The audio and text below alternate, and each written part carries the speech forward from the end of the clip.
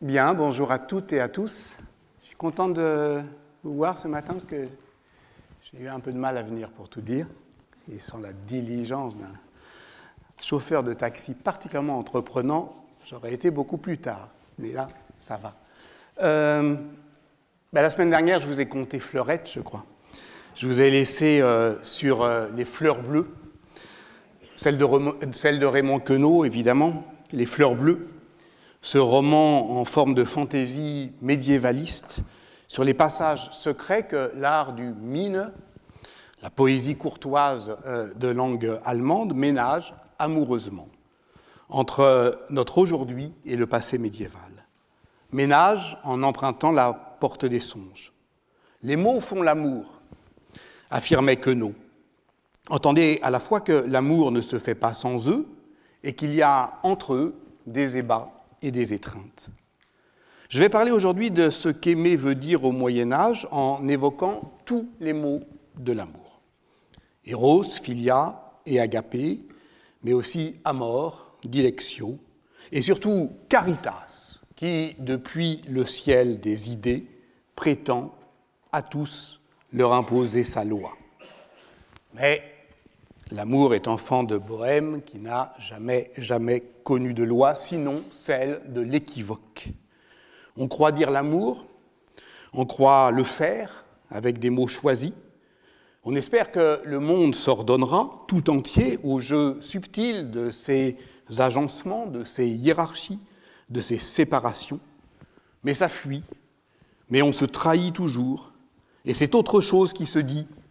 Il n'y a pas de rapport sexuel, affirmait l'autre, et bientôt naît le trouble. Écoutons ce qu'en disait au XIe siècle le grand poète andalou Ibn Hazm, dans ce chef-d'œuvre absolu de la littérature amoureuse qu'est Le collier de la colombe. L'amour est traversé de mauvaises pensées, de soupçons sur chaque mot de l'autre, d'intentions qu'on leur donne et qu'ils n'ont pas. C'est la racine du reproche entre amants.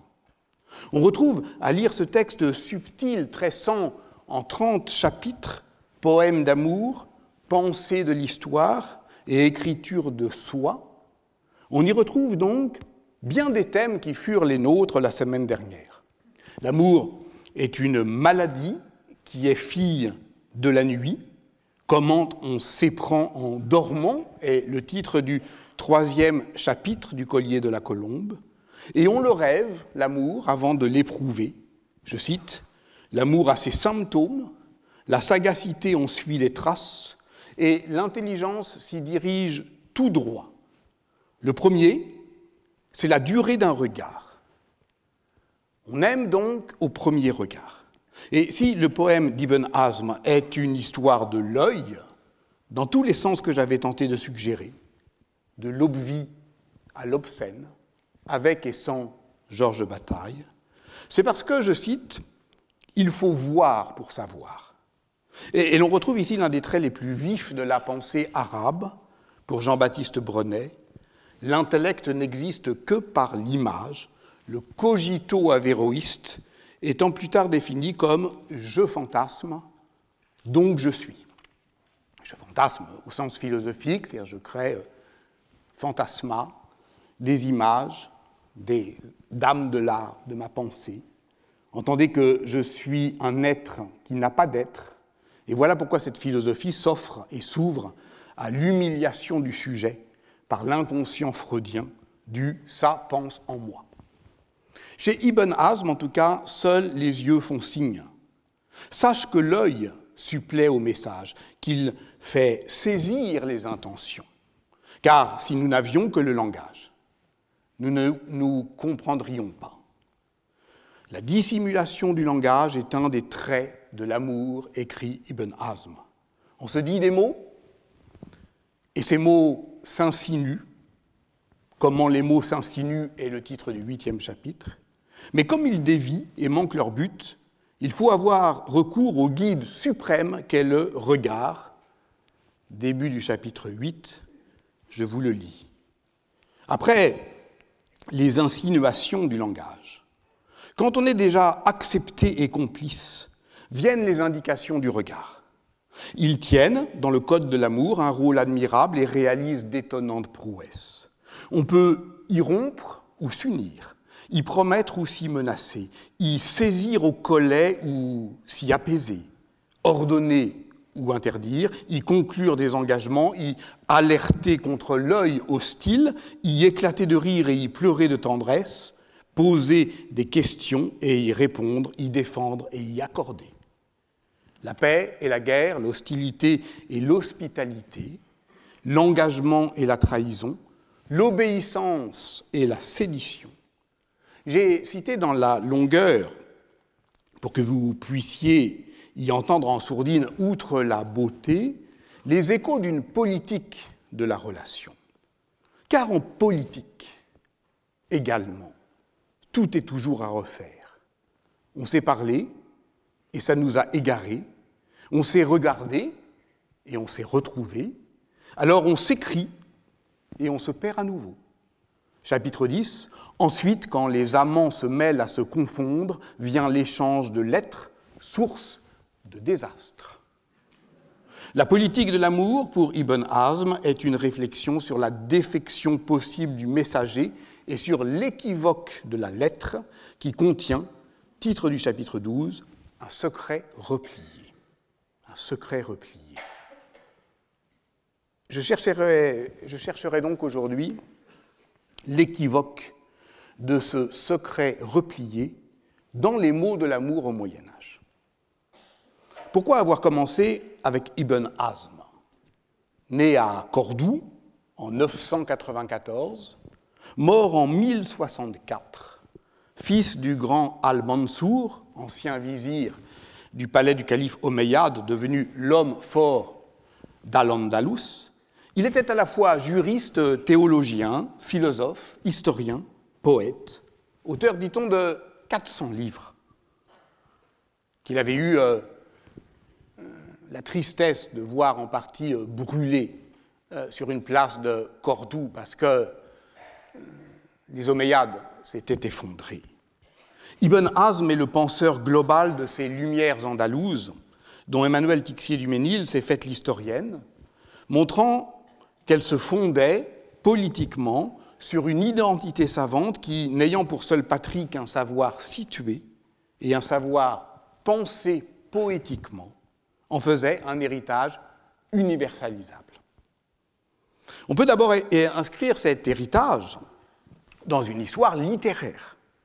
La poésie andalouse, et celle d'Ibn Hazm en particulier, se poursuit évidemment de l'autre côté des Pyrénées, une génération plus tard, avec la lyrique occitane des troubadours, dont beaucoup de ces troubadours avaient suivi les seigneurs aquitains dès la fin du XIe siècle dans leurs expéditions ibériques.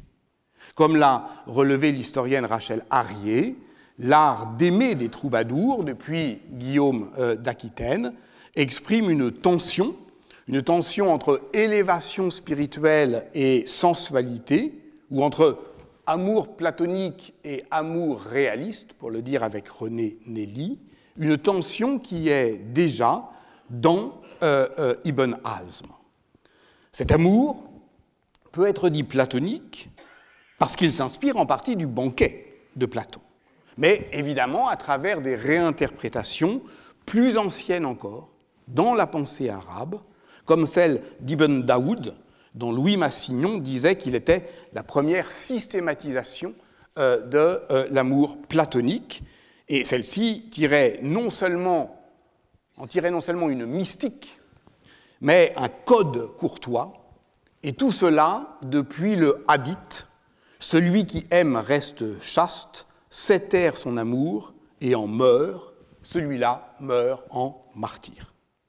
On est là dans la lignée de cette jurisprudence islamique littéraliste qui est apparue à Ispahan dès le IXe siècle, qu'on appelle le zahirisme, et c'est précisément le zahirisme qu'enseignait Ibn Hazm à Cordoue.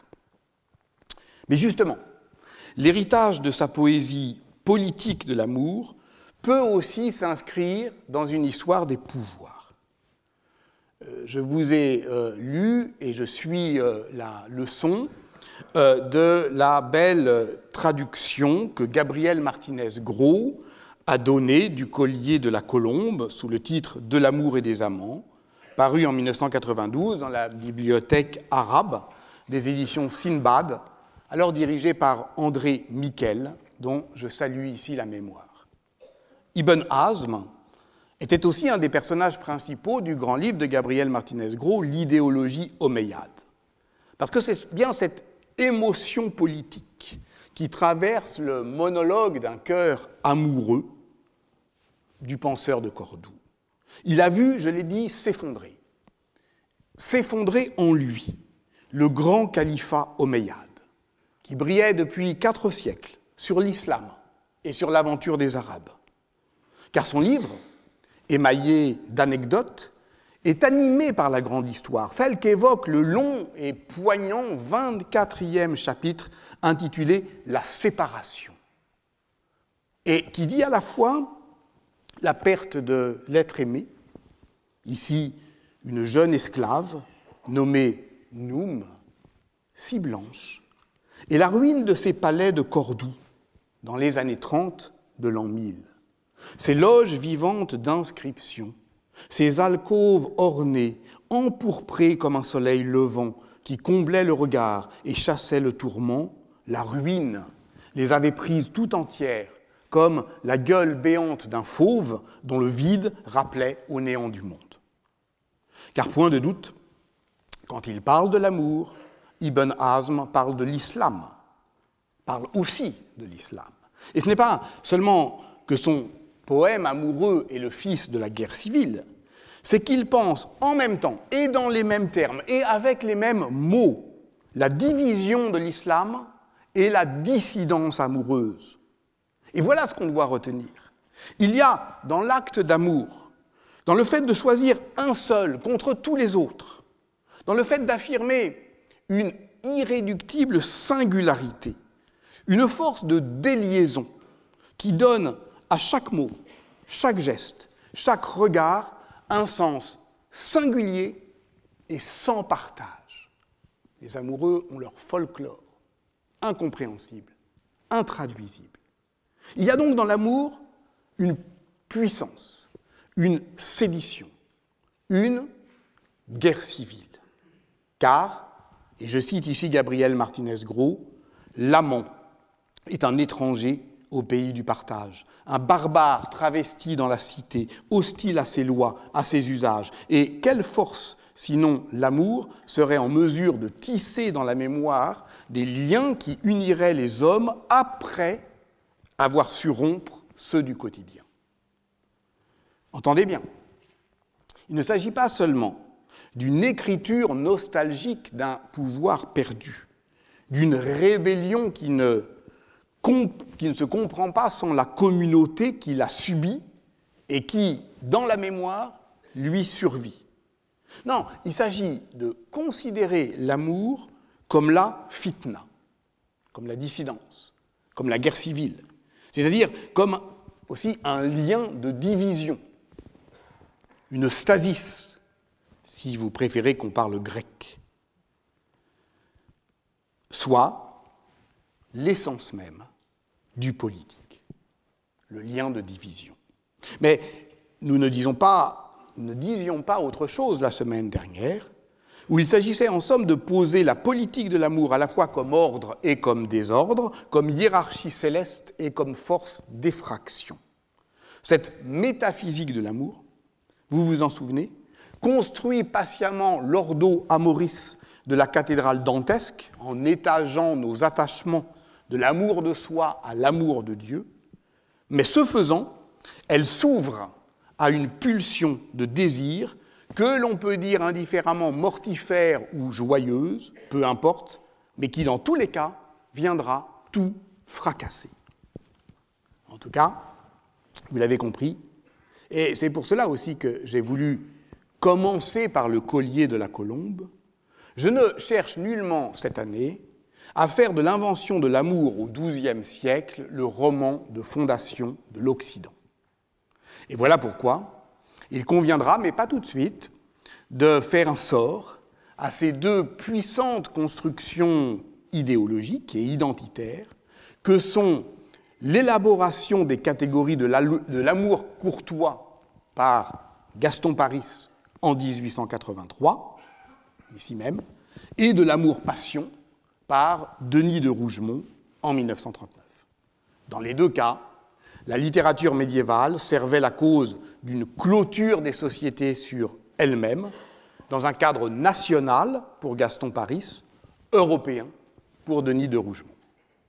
Il convient là encore de décloisonner, de globaliser notre approche, et si je parlerai désormais de la chrétienté latine, ce n'est certes pas pour prétendre en faire un instrument de définition civilisationnelle, mais en vertu de ce que Jacques Derrida a appelé, dans un texte important publié en 2000 sous le titre « Foi et savoir », la mondial-latinisation.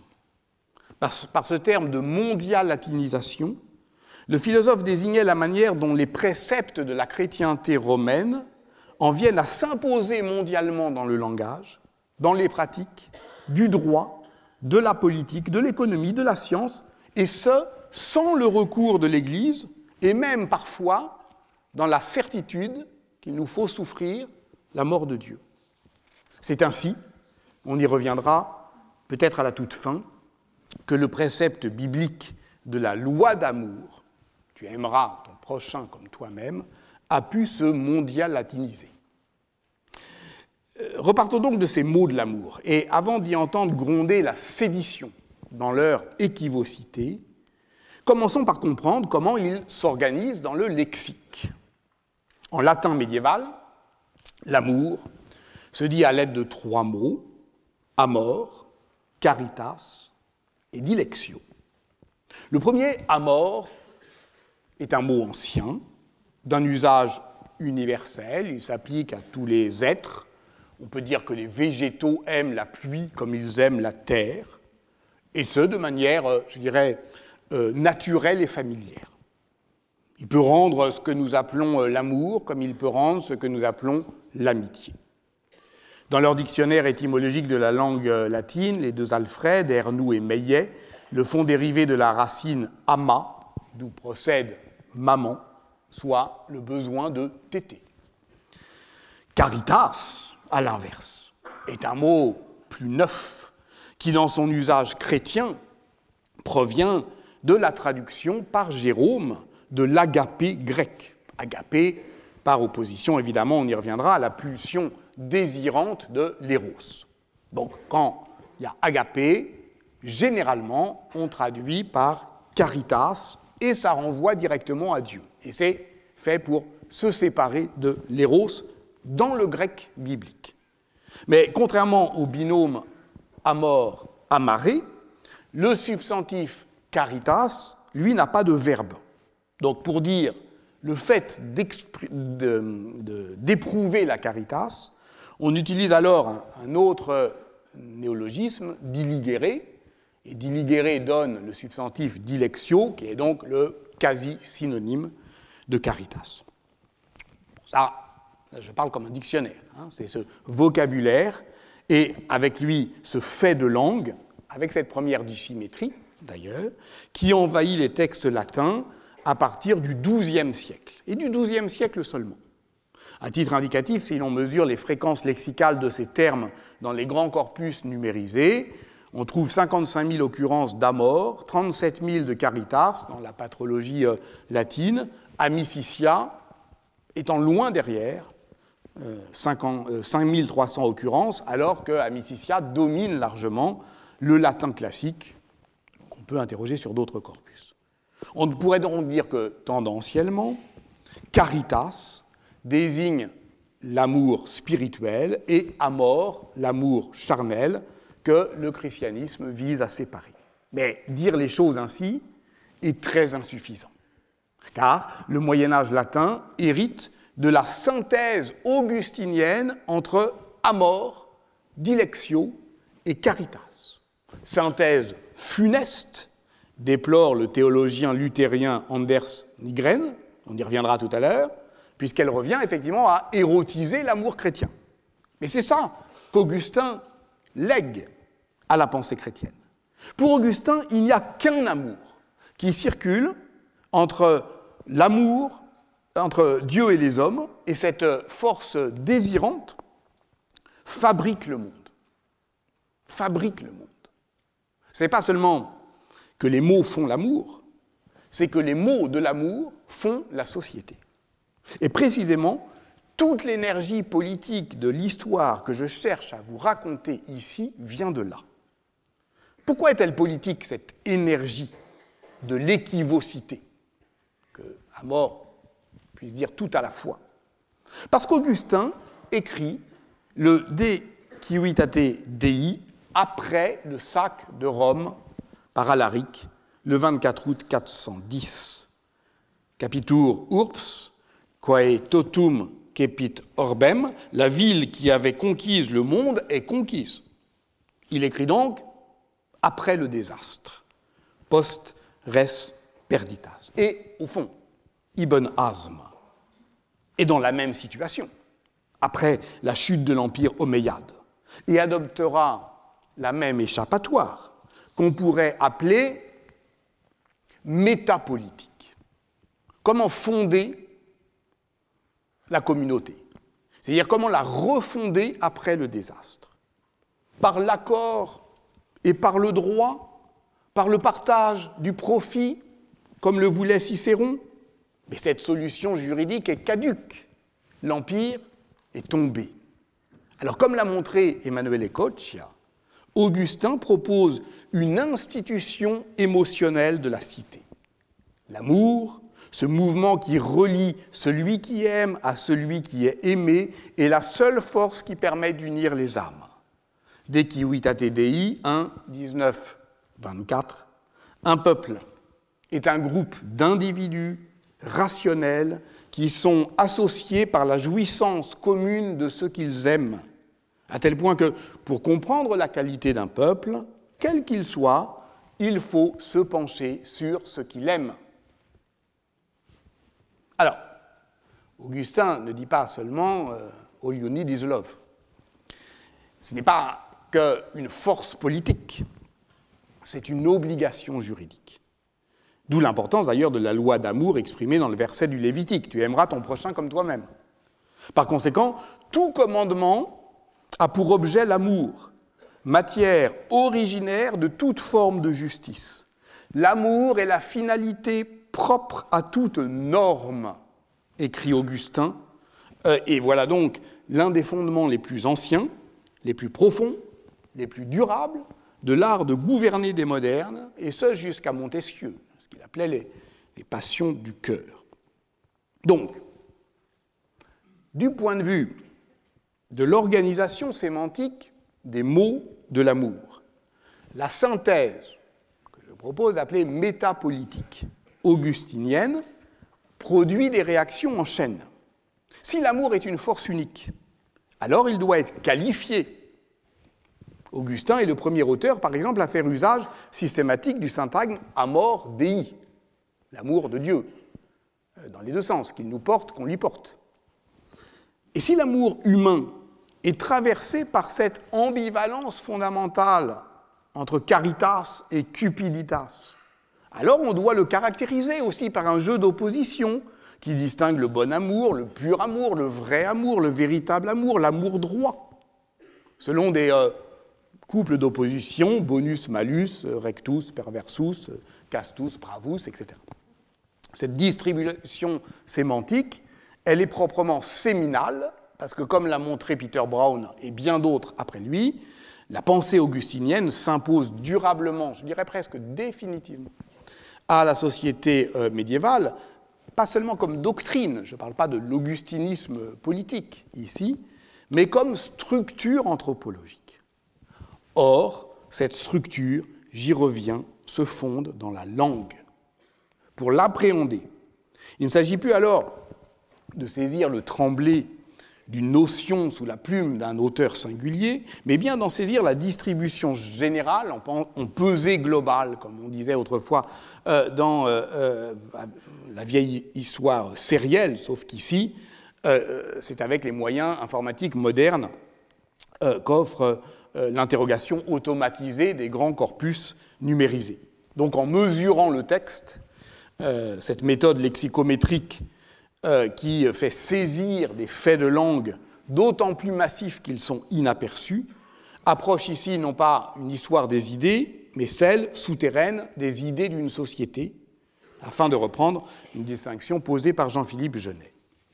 Et l'historienne qui a mené ce travail le plus systématiquement, et qui en a depuis une vingtaine d'années tiré les conséquences les plus générales, et parfois les plus impérieuses, pour la compréhension même de la société médiévale, c'est Anita Guéraud-Jalabert, spécialiste des rapports de parenté et des motifs de la littérature courtoise. Ça s'appelle une méthode d'analyse sémantique sur laquelle je m'appuie désormais, et de traitement lexicographique consiste à mesurer des fréquences et à dessiner des noyaux de co-occurrence autour des termes que le calcul factoriel permet d'étoiler en constellation. Ainsi, autour du couple Amor-Amicitia, dans les actes de la pratique médiévale, tous les mots qui évoquent l'unité, le lien, l'accord, concordia, unanimitas, consensus, consensio, pax, feudus, mais aussi, dans une bonne partie de leur emploi, benevolentia, pietas, affectus, affectio, etc. Et c'est ainsi que Anita Guéraud-Jalabert a pu mettre en évidence ce qu'elle a appelé une matrice analogique autour de l'opposition entre caro et spiritus, entre le charnel et le spirituel, opposition qui décide de la conformité ou non du lien d'amour au modèle divin. Cette matrice est dite analogique, car la distinction spirituelle-charnelle conforme évidemment l'anthropologie chrétienne du corps humain avant de configurer celle du corps social. Cette métaphore organiciste, que j'avais proposé d'appeler métaphore eucharistique dans le cours sur les fictions politiques, en lui donnant d'ailleurs une dimension un peu plus théologico-politique, c'est une métaphore rectrice, au sens où elle fonde non seulement des théories, mais des pratiques de la représentation, entendues comme figuration et comme délégation. J'y reviens pas en détail, je me contente de rappeler quelques grands traits. Dieu a créé l'homme comme chair et comme esprit. La chair se reproduit par génération, mais transmet avec elle la marque du péché originel. L'esprit est quant à lui d'origine divine, et Dieu l'introduit dans chaque homme après la conception de la chair. L'homme, l'être humain, est donc un composé de caro et de spiritus, composé parfait, puisqu'il est fait de deux éléments parfaitement distincts et parfaitement unis par l'amour, caritas, car c'est ici, évidemment, un rapport hiérarchique harmonieux. Par conséquent, c'est le rapport de l'homme à Dieu qui lie en l'homme sa part spirituelle et charnelle. L'une, spiritus, désigne le souffle vital, quand l'autre, caro, ne signifie plus, comme dans le latin classique, la chair par opposition aux os et à la peau, mais le corps tout entier. Et dès lors, le binôme spiritus-caro est une innovation lexicale par rapport à l'opposition âme-corps, anima-corpus, et elle permet de distribuer de manière dynamique toute une série de polarisations qui, selon l'historienne, organisent non seulement un système de représentation, mais un agencement social.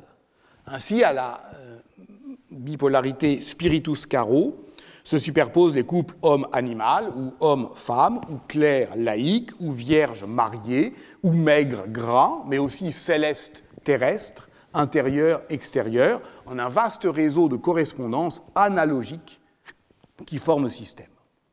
On notera au passage que le carré anthropologique des différentes ontologies susceptibles de composer le monde, tel que Philippe Descola l'a théorisé, n'est venu que tardivement et peut-être un peu superficiellement à l'appui de cette élaboration abstraite qui repose moins, on l'a compris, sur des pratiques sociales que sur des réseaux sémantiques. Alors, il n'est nullement question ici pour moi de contester la productivité historiographique d'un tel schéma de pensée.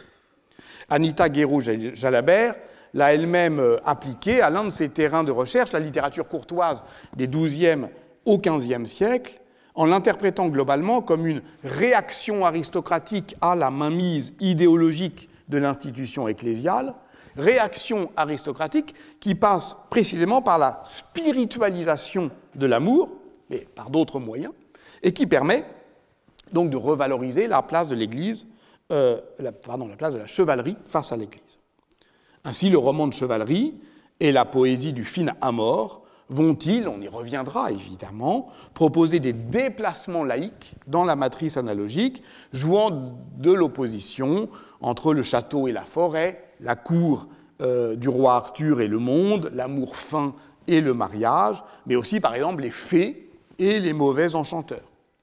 Le développement du merveilleux féerique dans le roman arthurien s'explique ainsi par, je la cite, la volonté de spiritualiser la chair, non au travers de la continence et de la virginité, comme le veulent les clercs, mais au travers d'une sexualité réglée et donnée comme expression de la caritas. Le rapport des fées à l'espace peut d'ailleurs se lire en fonction de cette structuration globale d'un espace polarisé par des liens, des lieux affectés d'une intensité différentielle, et non comme un territoire lisse et homogène, ainsi que l'a montré Alain Guéroult. La bipolarisation spiritus-caro s'exprime dans cette opposition entre l'intérieur, toujours doté d'une valence positive, et l'extérieur, dévalorisé. Ce qui explique par exemple que la chasse aristocratique, pratique de marquage symbolique de l'espace et de sublimation de l'énergie érotique, si elle constitue évidemment en elle-même une métaphore de la conquête amoureuse, elle joue de cette bipolarité entre par exemple la chasse à l'oiseau, qui se pratique dans un espace pensé comme intérieur, et par conséquent affecté d'une valeur spirituelle, donc le faucon, face à la chasse aux chiens, qui appartient à l'espace extérieur et comporte donc une valeur sexuelle. Évidemment, il ne s'agit pas seulement ici de faucons et de fées, de gentilles dames et de beaux chevaliers. Ce qui est en jeu, c'est la structure même de la société féodale, caractérisée à la fois par la spatialisation des rapports sociaux et l'enracinement des lignages, ce qu'Anita Guéraud-Jalabert appelle précisément des topolignées, c'est-à-dire des chaînes de succession et de transmission aristocratique des biens, dans lesquelles les femmes n'ont évidemment pas du tout le même rôle que celles qu'on prétend leur concéder dans la littérature courtoise. Or, justement, le dominium s'inscrit depuis la fin du XIe siècle et la réforme de l'Église que l'on dit grégorienne dans le cadre anthropologique global de l'Ecclésia. Celle-ci se définit par l'institution du baptême qui règle l'entrée dans la vie chrétienne et crée ainsi une parenté en Dieu fondée précisément sur l'opposition entre spiritus et caro. Ce n'est pas seulement que depuis l'époque carolingienne on baptise les enfants, c'est qu'on suscite par là une parenté baptismale, les parrains et marraines, qui englobe tous les chrétiens dans un réseau de parenté spirituelle qui peut culminer dans une fraternité générale qui est celle de la chrétienté et qui inclut évidemment les prêtres, pères en Dieu, d'où la seconde conséquence sociale que Joseph Morcel appelle la déparentalisation et sur laquelle il a échafaudé une bonne part de sa conception de la société médiévale, dans lesquelles les structures de la parenté ne sont plus, je le cite, primo-structurantes, mais exo-structurées. Qu'est-ce que ça veut dire? C'est qu'elles sont structurées de l'extérieur, depuis l'Église, depuis la législation ecclésiale sur le mariage, qui elle-même est fondée sur la coupure grégorienne entre l'ordre des gens mariés et l'ordre des gens continents, c'est-à-dire les clercs, qui se pensent intégrer, eux, dans une familia spirituelle qui se définit par des liens fondés sur la caritas, l'amour pur ou charité, liens qui sont évidemment grandement valorisés par rapport à ceux qui sont désormais fondés sur le sang ou l'alliance, consanguinitas ou affinitas. Ainsi, la caritas est pensée comme le paradigme du lien entre les hommes et Dieu et entre les hommes entre eux, comme le lien spirituel qui garantit la cohésion de la société chrétienne référée au divin. C'est d'autant plus important que la caritas s'oppose également à la cupiditas, caractérisant la mauvaise gestion des biens de l'Église ou les appétits laïques qu'il suscite, si bien que dans son sens actuel d'aumône, charité, de don charitable, il règle aussi la circulation des richesses en l'intégrant dans une économie du salut, c'est-à-dire qu'il réalise l'union harmonieuse entre le salut individuel et le bien de la communauté. Donc, comme on le voit, cette opposition, tirant les fils, entre Caro et Spiritus, est une poutre maîtresse d'une partie importante de l'historiographie médiévale. Alors, vous me connaissez. Je ne conteste évidemment pas, et je n'aurai pas l'imprudence de scier cette branche sur laquelle, d'ailleurs, nous ne sommes plus assis, puisqu'elle désigne, vous l'avez compris, ce en quoi nous ne sommes plus médiévaux, et peut-être modernes, si tant est qu'on ne l'ait jamais été. Les médiévistes adeptes d'une théorie unifiée du dominium s'en autorisent d'ailleurs pour prôner une pratique de l'estrangement radicale. Et médiéviste, celui qui rejette le Moyen-Âge au-delà de la séparation de la modernité. Et même si cette historiographie repousse cette coupure moderne quelque part au XVIIIe siècle, il l'imagine idéalement radicale, unanimement occidentale et indemne de toute ambivalence. Cette insistance sur l'altérité du Moyen-Âge a une dimension stratégique et critique, comme le reconnaît Jérôme Bachet dans un article intitulé « Entre le Moyen-Âge et nous », stratégique puisqu'elle permet de conforter une posture scientifique critique, et critique justement parce qu'elle est préservée des pièges d'une fausse familiarité, ce que je ne conteste pas, même si je pense qu'entre le Moyen-Âge et nous, il y a aussi une familière étrangeté qui peut inspirer, on y reviendra, et en plusieurs sens, des politiques de l'amitié. Pour Anita Guéraud-Jalabert, et pour tous ceux qui s'autorisent de la systématicité de sa pensée, cette clé de lecture ouvre quelque chose comme une universalité, en tout cas le paradis des explications globales de la société médiévale, en tant que celle-ci serait coextensive à la chrétienté. Puisqu'il y a une partie du public qui est commun avec le cours que donne Antoine Lilti sur l'universel. Là, je parle de l'universel au sens de la serrurerie. Une clé universelle, c'est un passe-partout. Et de fait, dans sa contribution au colloque organisé par Jean-Philippe Genet sur la légitimité implicite, et de fait, cette bipolarité entre Spiritus et Caro est le type même de cette structure d'autant plus portante qu'elle demeure imperçue, Anita Guéraud-Jalabert en donne cette formulation un peu raide: l'analogie généralisée produit un dispositif idéal, compact et fortement intégrateur qui fonde un ordre total. Généralisé, idéal, compact, total. Je comprends évidemment que ce vocabulaire et sa fonction consolatrice pour une profession d'historien médiéviste qui a dû faire le deuil des grands paradigmes du féodalisme puisse être attirant. Personnellement, je ne la partage pas.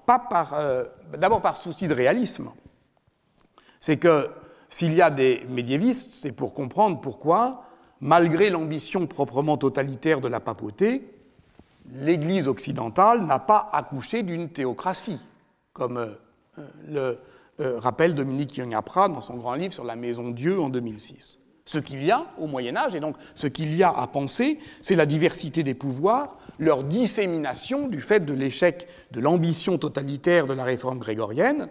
Et je précise d'emblée que cette position de recherche, ou ce style de recherche, n'a strictement rien à voir avec le mauvais procès que l'on fait actuellement à l'ambition historiographique de Florian Mazel, qui consiste à reséquencer l'histoire du Moyen-Âge occidental autour de la réforme grégorienne. Ce dont je parle prend la suite, en tire les conséquences, y compris du point de vue chronologique. D'où l'importance, j'y reviens, de cette notion d'expérience politique. Je me permets de vous renvoyer sur ce point au dernier cours de la seconde saison en 2019, de l'enquête sur les expériences politiques, où j'avais testé cette hypothèse un peu paradoxale, en tout cas contre-intuitive, que la relative robustesse, puisqu'on cherche de la compacité, la relative robustesse de la domination au Moyen-Âge, sa durabilité, sa scalabilité, c'est-à-dire le fait qu'elle se trouve à plusieurs échelles, réside moins dans la compacité contraignante de l'encadrement des hommes que dans leur capacité à s'en extraire, l'expérience communautaire se dissolvant alors en une aventure individuelle qui serait autant d'échappées belles. C'est précisément parce que la fuite est possible que la contestation se fait moins impérieuse. Et j'articulais cette idée à une seconde, le système des pouvoirs tient globalement parce qu'il rend pensable la possibilité d'un autre devenir politique, qu'il maintient à distance, mais toujours à vue, dans les lointains, dans les fictions, ou au contraire, dans toutes ces formes d'hétérotopie, des communautés qui forment des ailleurs ici même. Alors, revenons à nos amours, pour y retrouver la fitna. Si l'historiographie qui se réclame de l'efficacité classificatoire de la matrice analogique que forme l'opposition structurelle entre le charnel et le spirituel nous paraît pécher, si je puis dire, par idéalisme, c'est aussi parce qu'elle est étonnamment prude. Or, j'y reviens, les mots font l'amour. Ils ordonnent le monde, peut-être, mais dans leur équivocité, ils y jettent le trouble, ou plutôt ils le trahissent, au double sens de trahir, c'est-à-dire d'être infidèle et de révéler à soi-même. Trouble dans la charité ferait un bon titre pour la séance d'aujourd'hui, à moins que vous ne préféreriez fitna dans la caritas, ça me va aussi, mais dans tous les cas, il est illusoire de croire qu'il suffit de dire les mots en latin pour les éloigner de nous, car ils nous viennent, quoi qu'il arrive, d'une histoire toujours plus ancienne. Marc Bloch l'avait déjà fort bien dit dans son apologie pour l'histoire. Si la chimie a le grand avantage de s'adresser à des réalités incapables par nature de se nommer elles-mêmes, ce n'est pas le cas de l'histoire.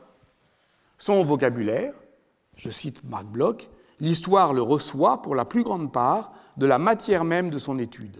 Elle l'accepte, déjà fatiguée et déformée par un long emploi, ambigu d'ailleurs, souvent dès l'origine. Donc, partir des mots, comme je tente de le faire ici, ce n'est pas nécessairement en figer le sens pour construire une architecture compacte.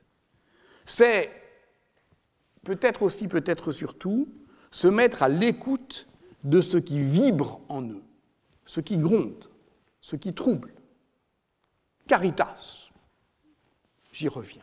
Et le mot latin par lequel on l'a vu, la Vulgate rend globalement l'agapé grec, qui lui-même est un néologisme du grec biblique, pour s'écarter d'éros, globalement, parce que dans la Bible, le substantif agapé est traduit 90 fois par caritas et 24 fois par dilection. Mais caritas a déjà un sens dans le latin classique. Alors, Cicéron le définit très sagement dans son De Partitione Horatio. Quand nous parlons des dieux ou des parents, de la patrie, des hommes éminents, nous employons de préférence le mot caritas.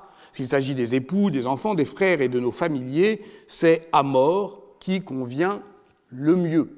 Bien sûr, c'est plus convenable. C'est pour ça qu'on n'a pas choisi caritas par hasard. Mais on comprend donc que l'emploi de caritas introduit une nuance, une préférence. On préférera, dit Cicéron, hiérarchisante, pour dire un amour plus élevé. Mais est-il pour autant plus spirituel ou moins charnel?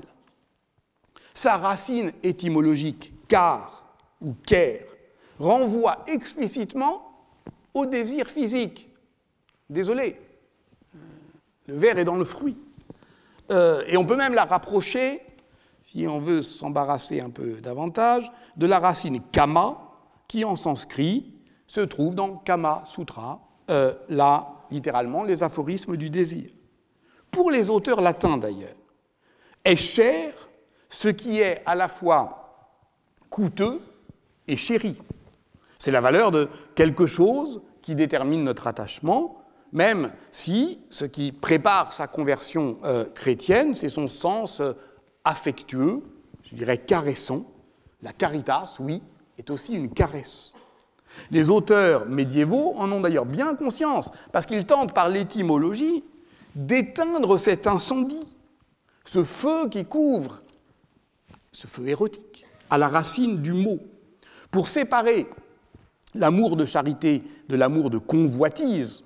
On va ainsi affirmer à partir du XIIIe siècle que la caritas ne procède pas de carus, la cherté en latin, mais de charis, la grâce en grec. Sauf que là encore, charis, on pourrait en parler longtemps et on en parlera, ce mot ne démine en rien la charge érotique de l'amour, parce qu'il y a dans la charis satisfaction d'exister pleinement, un charme et même un principe de plaisir dont on ne peut le séparer. Donc, alors, c'est vrai que de ce point de vue, dilectio est plus sage, diligere, légere peuvent aussi dire ramasser, cueillir légumènes, des légumes, ou lignum, du bois de chauffage, mais aussi eligere, choisir, et donc la dilectio désigne donc un amour d'élection. Et à l'inverse, d'autres mots qui disent le rapport amoureux de manière plus crue ou plus énergique, comme libido, qui désigne clairement une pulsion qui peut être sexuelle, ont aussi des usages moins fougueux. Libet, c'est un verbe défectif bien plus mesuré, et si je dis silibet, je dis s'il te plaît. Ce qui est toujours bien aussi avec la libido d'ailleurs. Je m'appuie ici sur une communication récente à un colloque de l'Institut catholique de Paris, où le 8 décembre 2023, Dominique Poirel a évoqué ces variations étymologiques dans une très belle communication intitulée « Les noms de l'amour dans le Moyen-Âge latin », et il y montrait combien le Moyen-Âge avait au fond connu, je le cite, deux pensées de l'amour, l'une fondée dans le langage, l'autre dans la Bible. Alors bien entendu, on attendrait du langage qu'il ordonne les différents degrés de l'amour exprimés dans la Bible. Mais il est en lui-même, c'est ce que je tente de dire, porteur d'une ambivalence. Et chacun de ces mots, certes dans des proportions et des intensités différentes, tremble de cette indétermination entre la violence du désir et la ferveur de la vénération, entre la convoitise et la révérence, entre l'amour comme possession et l'amour comme dépossession. Et voilà pourquoi la caritas ne peut régner sur ce fracas innocemment, comme une reine vierge, parce qu'elle ne l'est pas, et parce qu'elle n'est pas sage, et parce qu'elle peut être violente. Richard de Saint-Victor, un élève écossais d'Hugues de Saint-Victor, qui meurt, Richard, en 1173, alors qu'il est prieur de l'abbaye de Saint-Victor de Paris, l'a exprimé de manière incroyable, superbe, stupéfiante, dans un texte intitulé « Les 4 degrés de la violente charité ». De la violente charité. Ces 4 degrés sont l'amour qui blesse, l'amour qui lie, l'amour qui fait languir, l'amour qui fait défaillir. Et cette phénoménologie du mal d'amour, dans laquelle on retrouve beaucoup des thèmes évoqués la semaine dernière, concerne aussi l'amour de Dieu, défini comme caritas. Nous y reviendrons en détail la semaine prochaine. Aimer dit tout cela à la fois. Et ce d'autant plus qu'au-delà de leur tiraillement, Augustin en a rassemblé les sens autour d'un seul mot, un mot commun, dont la force toute politique réside dans l'indétermination, puisqu'il dit une activité humaine qui n'est pas déterminée par sa nature, mais par la valeur de son objet, amor. En ce sens, la première des langues modernes est le latin, comme l'écrit Barbara Cassin dans l'article « Aimer, amour, amitié » de son vocabulaire européen des philosophies, dictionnaire des intraduisibles, puisque toutes les langues romanes et germaniques de l'Europe relaient jusqu'à nous cette indécision sémantique, couvrant toute la gamme, avec aimer, des affections et des relations. L'usage moderne de ces langues tente d'en réduire l'écart par un synonyme d'opposition, mögen lieben en allemand, to like, to love en anglais, dans une phrase du type do you like Middle Ages? I love it. Bon, ok, très bien, mais ce n'est que de l'expression, en fait, parce que demeure toujours dans les mots de l'amour, vivace, vibrante cette irréductible bipolarité entre le spirituel et le charnel, et toute tentative de le réduire bute sur cet infracassable noyau de nuit qu'est le désir. Alors, vient, évidemment chez les auteurs, la valse des épithètes, dont l'article du Dictionnaire des intraduisibles propose un fascinant catalogue. On opposera, par exemple, dans le français courant du Moyen-Âge, bon amour et fol amour, puisque l'amour spirituel et l'amour charnel ne se peuvent séparer par nature, on les distinguera par objet, en fonction de l'estime qu'on leur porte. C'est ce qu'on appelle l'amour estimatif, au XVIIe siècle, chez Descartes, ou dans la tragédie d'ailleurs, et jusqu'à l'opposition kantienne entre amour pathologique et amour pratique. Et tout à fait frappant de voir que, d'ailleurs, cette volonté très normative, vous avez compris, c'est-à-dire de mettre une séparation là où, en fait, il n'y en a pas, ne s'affaiblit nullement au XXe siècle, et que la psychanalyse s'en empare, Jacques Lacan imposant une dichotomie tranchée entre le désir et l'amour, qui, pour lui, échappe à l'équivocité par le simple fait qu'il n'est rien d'autre, l'amour, qu'un sentiment désérotisé. Alors, je ne dis pas que nos médiévistes idéalistes et un peu puritains, se faisant une idée compacte et univoque de la caritas, sont des lacaniens qui s'ignorent, mais simplement qu'ils poursuivent en dissipant ce trouble dans la charité, que je pense structurant dans la définition politique de l'amour, une entreprise intellectuelle de discipline des concepts qui trouve en fait son origine dans la Réforme protestante. Parce que c'est ici le moment d'évoquer ce grand livre qui a eu un fort impact sur l'historiographie médiévale, au point peut-être de faire écran entre le Moyen-Âge et nous, Eros et Agapé, la notion chrétienne de l'amour et ses transformations, du théologien luthérien suédois Anders Nygren, paru à Stockholm entre 1930 et 1936 et traduit en français en 3 volumes entre 1944 et 1952. Dans ce livre, Nygren prend appui sur le fameux aphorisme de Nietzsche dans Par-delà le bien et le mal, le christianisme a empoisonné Eros, il n'est pas mort, mais il est devenu vicieux, et il le retourne. Ce qui est vicieux, pour Nygren, c'est la funeste synthèse d'Augustin qui confond dans un même mot latin, amor, ce que la langue grecque distinguait Eros et Agapé, le premier étant aussi égoïste que le second, Agapé, est désintéressé. Si l'on lit dans la première épître de Jean, Deus caritas est, Dieu est amour, cet amour ne peut être que l'agapé, affection désintéressée. Ce don de soi à Dieu comme véritable objet, et jamais il ne manque à ceux qui l'aiment, alors que le désir érotique est concupiscence des choses absentes, écrivait Augustin. Et c'est vrai, parce que, là encore, le secret replié niche au creux du langage même. Desiderare, désirer, vient de la langue des augures, et ça signifie cesser de voir l'astre d'une personne. C'est le contraire de considérer. Donc le désir est toujours déjà le regret d'un manque. Porter le désir de quelqu'un, c'est endurer le chagrin de sa mort, par avance. Et voilà pourquoi il est vital de nous délivrer de cette confusion augustinienne de l'amour, dit Nygren, parce que, au fond, et c'est en cela qu'il est luthérien, c'est Luther qui s'attachera à purifier la théologie de cette funeste synthèse. Ainsi trouve-t-on par exemple chez un autre théologien influent du protestantisme, Karl Barth, la même séparation radicale des deux amours, l'agapé, qui est le oui de Dieu à l'homme, et Eros, qui est le oui de l'homme à lui-même. Halte là, demi-tour et en avant, dit l'Évangile à l'amour concupiscent. Cette volte-face explique pourquoi d'ailleurs on parle de charité bien ordonnée.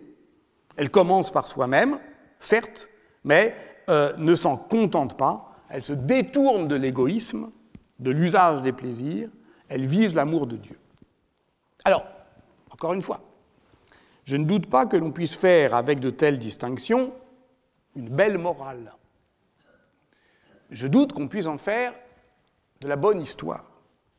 D'ailleurs, si vous saisissez Eros et Agapé sur un moteur de recherche, il vous dirigera en premier lieu vers une marque de vêtements éthiques, bio, vegan et responsable, et ce qui ne gâche rien, de fabrication française.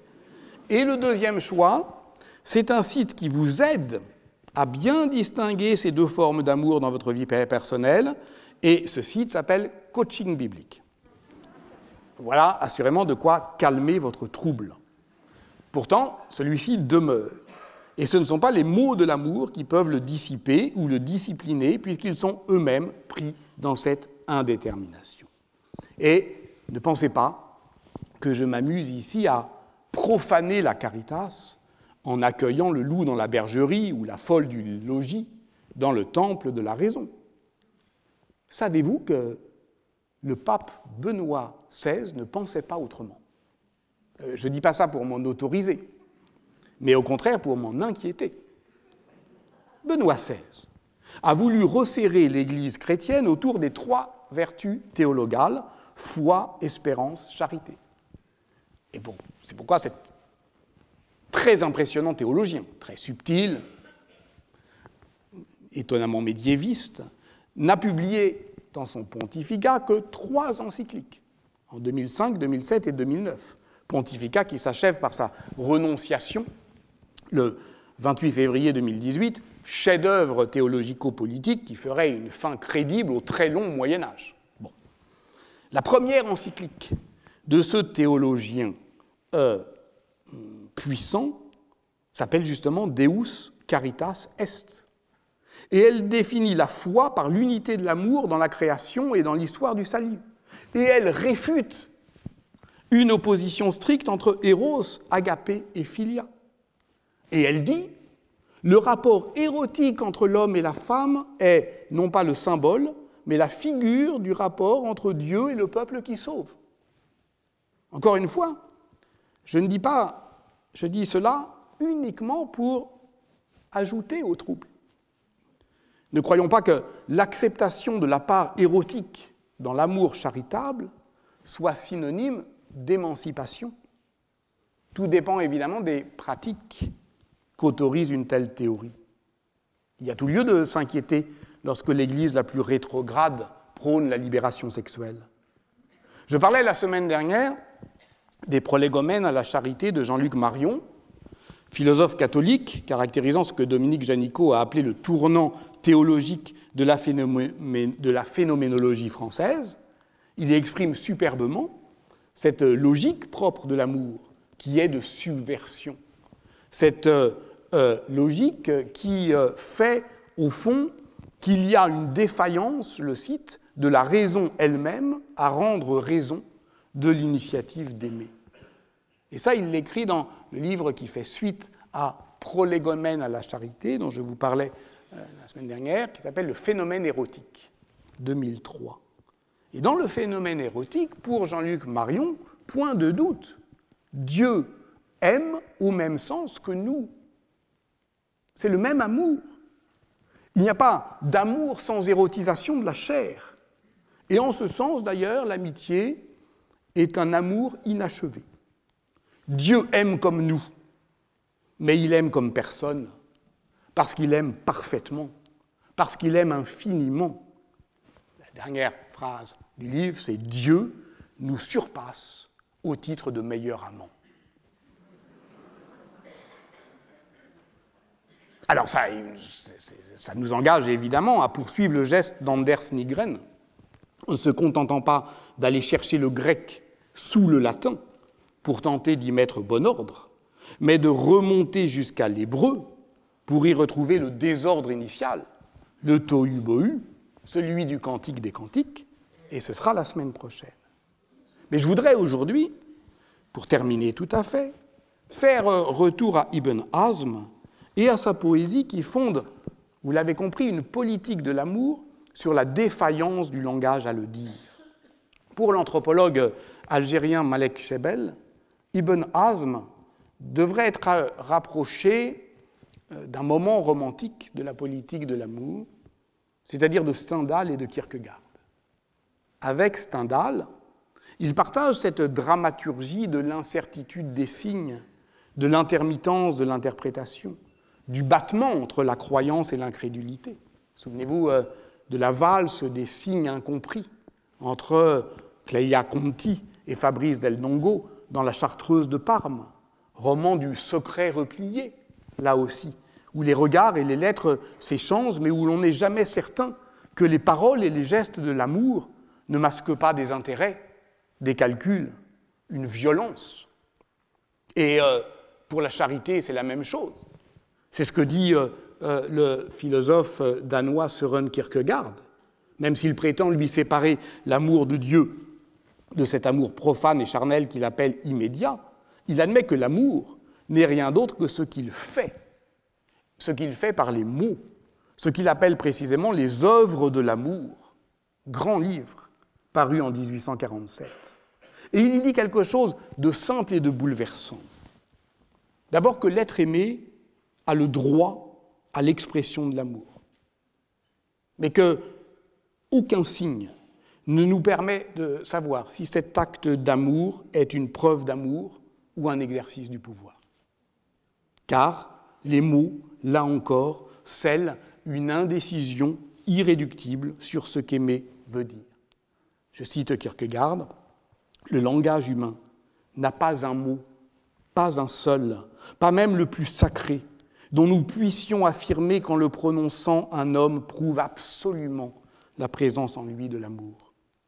Le langage humain n'a pas un mot, pas un seul, pas même le plus sacré, dont nous puissions affirmer qu'en le prononçant, un homme prouve absolument la présence en lui de l'amour. » Je dois à Marc Crépon, dans une belle conférence donnée en 2017 au Collège d'études mondiales, cette référence et cette analyse qui débouche effectivement sur l'interprétation inquiète de cette loi d'amour qu'exprime le verset du Lévitique, sur lequel je termine tout à fait, « Aime ton prochain comme toi-même » et qui, par ce phénomène de mondialatinisation dont je parlais précédemment, en vient à justifier le refus global de toute violence, de tout consentement meurtrier. Aime ton prochain comme toi-même. Le tu-dois est problématique. Comment l'amour peut-il être commandé? Et qui le commande? Un devoir d'aimer est un non-sens, tonne Kant dans Doctrine de la vertu. Et que signifie comme? Donc, comme toi-même, autant que, de la même façon que? Non, ça veut dire que l'amour de soi est un précédent, mais est-il indispensable? En fait, répond Kierkegaard, c'est une forteresse dont l'amour du prochain force l'accès. Le « comme toi-même » permet de se délivrer des cercles d'appartenance. Famille, citoyenneté, patrie, religion, elles visent droit au but. Ils pénètrent, je cite Kierkegaard, en juge au fond de la retraite où l'homme sème. Il ne permet pas à l'égoïsme la moindre échappatoire. L'amour du prochain ne se substitue pas à l'amour de soi, mais le déplace. On apprendra ainsi un amour de soi de juste façon qui ne soit pas un égoïsme. Et là, on arrive à la question du politique. C'est qui le prochain? Y compris celui qui me fait du mal? Et j'aurai à l'aimer comme moi-même?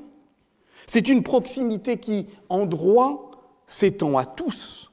Une proximité sans prédilection, sans préférence. Ce qui fait une grande différence avec l'amour immédiat.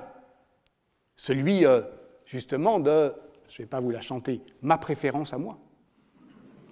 Là, il n'y a pas de préférence, il n'y a pas de patrie, il n'y a pas de proximité identitaire, religieuse.